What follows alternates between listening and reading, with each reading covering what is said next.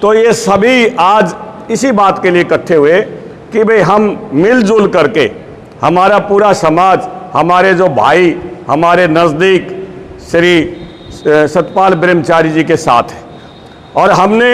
जो ये समर्थन सभी दे रहे हैं, इस समर्थन में हमने एक ही बात रखी है, समाज अटूट रहेगा। 25 तारीख के बाद भी समाज अटूट है, आज भी समाज एक इकट्ठा है, इकट्ठे मिलके चलेंगे। विचार अलग अलग हो सकते हैं, दूसरे भाई भी वो अपनी अपनी उसके लिए कर रहे हैं, लेकिन पूरा आज ब्राह्मण समाज या मेन जो जितने भी हैं, चाहे हमारी सभा के प्रधान हैं, चाहे हमारी जो पार्टियों में अलग अलग पार्टियों में प्रधान भी रहे, चुनाव भी लड़े, रघुवीर भारद्वाज ने भी, विनोद आसरी जी ने भी, सुरेश जी हमारे कांग्रेस पार्टी के वरिष्ठ नेता हैं, तो ये सूर्यानंद महाराज जी, यानी सभी मिलकर के आज सतपाल ब्रह्मचारी जी को अपना भरपूर समर्थन दे रहे हैं। तो इस एरिए से बाकी आप फीडबैक लेंगे,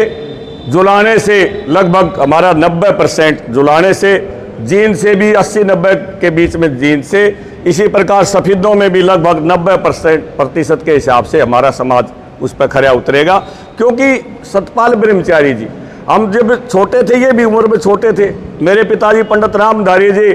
और भी गांव गुहांड के वहाँ जाते थे इनके आश्रम पर, वहाँ गंगा में स्नान भी करना और साथ के साथ भोजन व्यवस्था हर तरह की वहाँ लोगों की इन्होंने सेवा की है। प्रजातंत्र में एक बात होती है कि हम ज़्यादा से ज़्यादा सभी जोड़ना चाहते हैं। दूसरे भी जो कैंडिडेट हैं भारतीय जनता पार्टी के, वो उसके लिए वो भी कोशिश कर रहे हैं, लेकिन हमारी एक पॉजिटिव बात यह है कि ये भाई हमारे बीच में से,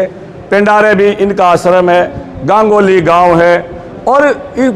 बरता हुआ है, पूरे समाज का एक परखा हुआ बरता हुआ है, कोई किसी तरह का इनके ऊपर दाग नहीं है, बहुत अच्छे इंसान हैं। तो इस तरह का आदमी अगर आगे आता है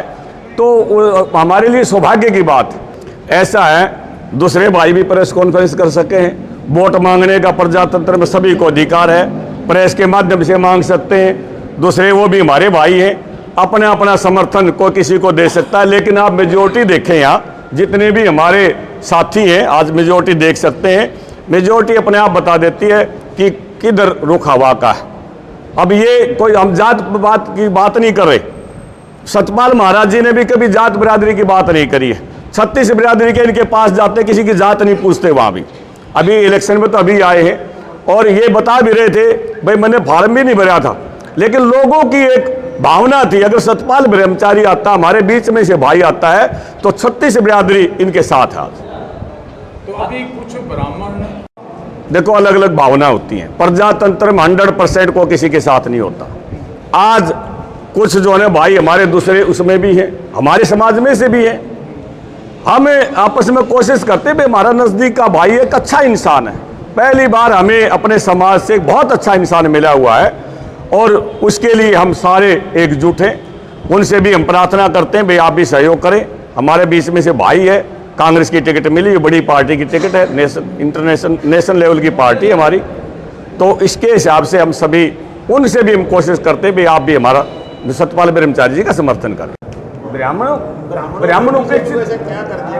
ब्राह्मण बीजेपी में ब्राह्मण समाज उपेक्षा का शिकार हुआ।